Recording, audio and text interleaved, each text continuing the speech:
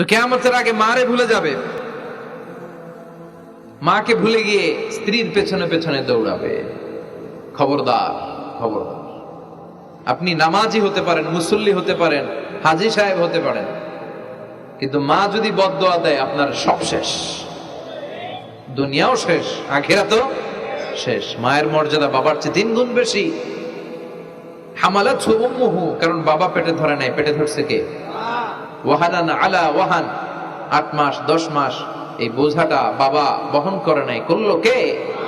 ফিসালহু ফি আমাইন, 2 বছর বাবা দুধ খাওয়ায়নি, দুধ খাওয়ালো কে?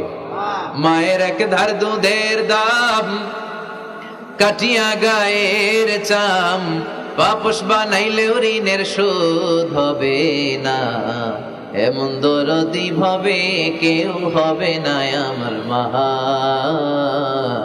গো। ঠিক কিনা? লাউ কাতা'তা জিলদাক, আপনার গায়ের চামড়া কেটেও যদি মায়ের পায়ের জুতা বানিয়ে দেন, কি বানিয়ে দেন? কি দিয়ে? গায়ের চামড়া দিয়ে। এই যে 2 বছর যে দুধ খাইলাম, এই দুধের 1 ঢোক দুধের শোধটাও আদায় হবে না। এজন্য খবরদার, মাকে যেন আমরা ভুলে না যাই। মা দোয়া করতে দেরি, ওই দোয়া কবুল হতে। আমরা ছোটবেলায় যে কত কষ্ট দিয়েছি, সবচেয়ে বেশি কষ্ট যখন দিয়েছি মাকে, ওই স্মৃতিগুলো আমাদের মনে পড়ে না। আপনার বয়স যখন 1 বছর, আপনি স্মৃতি হাতরে এত দূর যেতে পারবেন? 1 বছর বয়সে কি কি কষ্ট দিয়েছিলেন মনে আছে?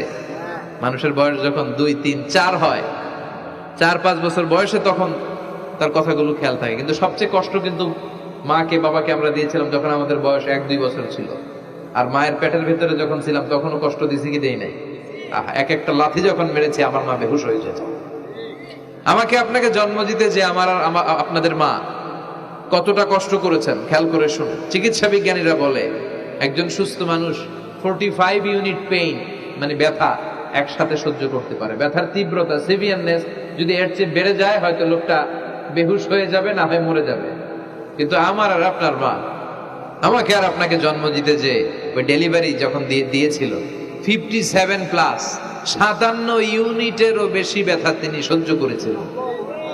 যেটা কোনো অ্যাক্সিডেন্টে আমাদের দেহে প্রত্যেকের 206টা হাড্ডি, কোন সড়ক দুর্ঘটনায় আপনার দেহের 20টা হাড্ডি একসাথে টাস টাস করে ভেঙে গেলে যত ব্যথা, তার চেয়েও বেশি ব্যথা। জন্য খবরদার, খবরদার, মাকে যেন আমরা ভুলে না যাই। মায়ের দোয়া যেন নেই। কখনো যদি মায়ের সাথে বেয়াদবি করে থাকি, আমরা যেন মাফ চেয়ে নিই। রাজি আছি তো যুবকেরা? রাজি আছি সবাই? আমরা সবাই মায়ের দোয়া নিব। মায়ের দোয়া ছাড়া কেউ জীবনে সফল হতে পারে? মা যার চলে গেছে তারা জানে মা না থাকার কি জ্বালা। হ্যাঁ, মায়ের কথা মনে পড়ে না?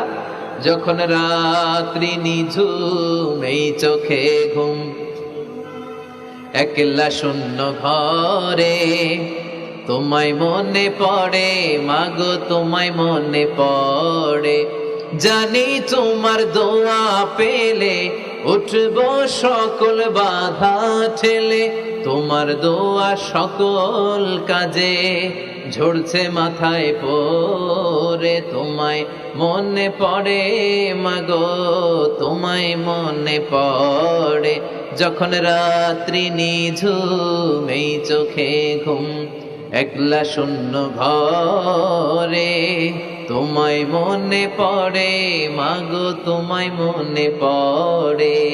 ঠিক কি না? আমরা যারা মা হারা, বাবা হারা, আল্লাহর কাছে আমরা কামনা করি, আল্লাহ আমাদের বাবা মাকে, তাদের কবরগুলোরে তুমি জান্নাতের টুকরা বানিয়ে দাও।